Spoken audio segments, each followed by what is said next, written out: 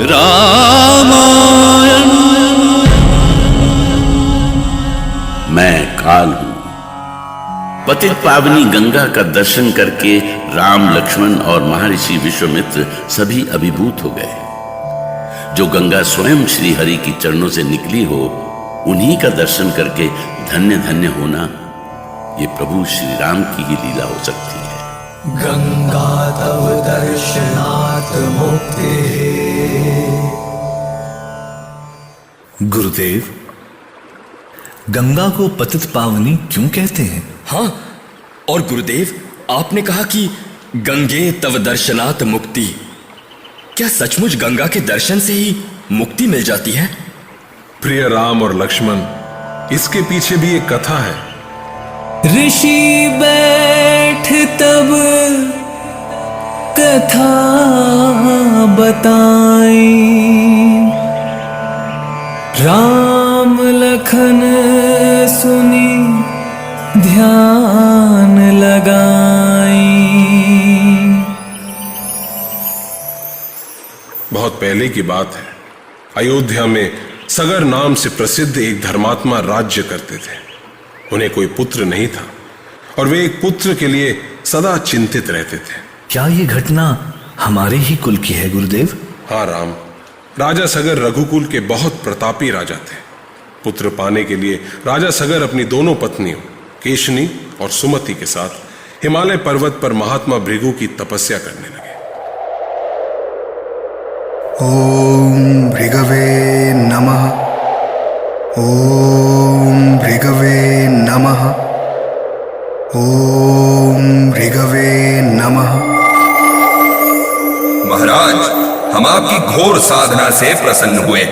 बोलिए, क्या वरदान चाहते हैं आप? बस एक ही कामना है। इतना बड़ा साम्राज्य होते हुए भी हमारा कोई उत्तराधिकारी नहीं है।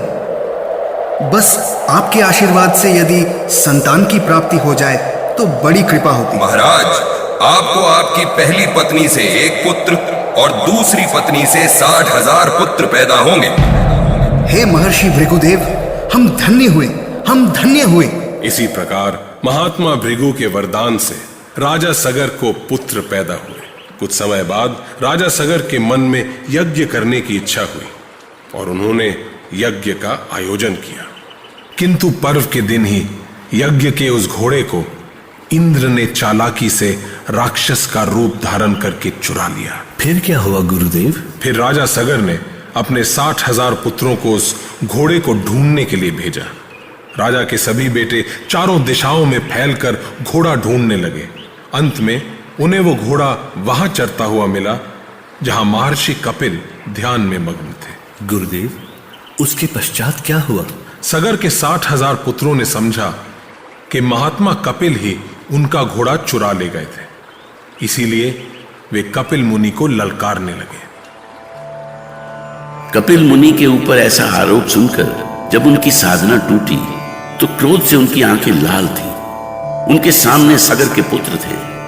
सगर पुत्रों पर क्रोध से भरकर कपिल ऋषि ने उन्हें भयानक श्राप दिया।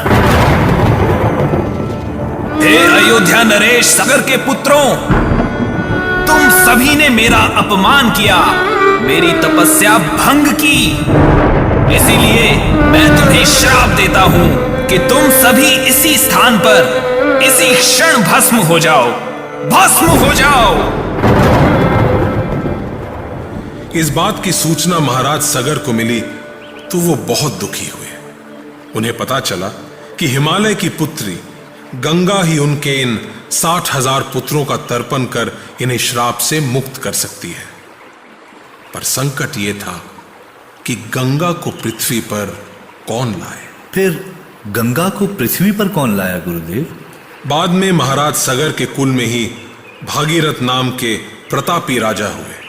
उन्होंने गंगा को पृथ्वी पर लाने का संकल्प किया और इसके लिए वो घोर तपस्या करने लगे। ओम गंगा देवाय नमः। ओम गंगा देवाय नमः।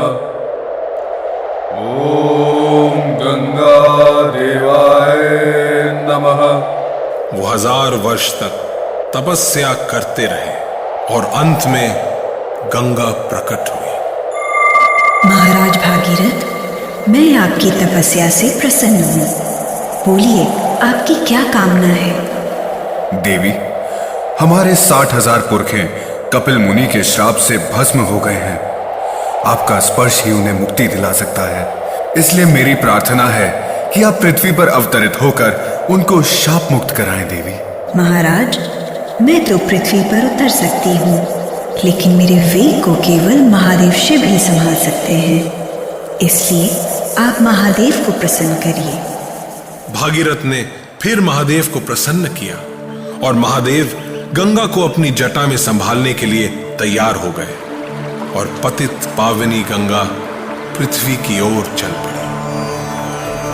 गंगा तव दर्शनात् मुक्तिः।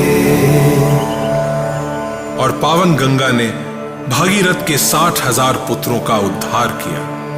भागीरथ गंगा को पृथ्वी पर लाए थे, इसीलिए गंगा को भागीरथ भी कहते हैं। गुरुदेव, ये हमारा सौभाग्य है कि आपकी कृपा से हमें भी पावन गंगा के दर्शन हुए।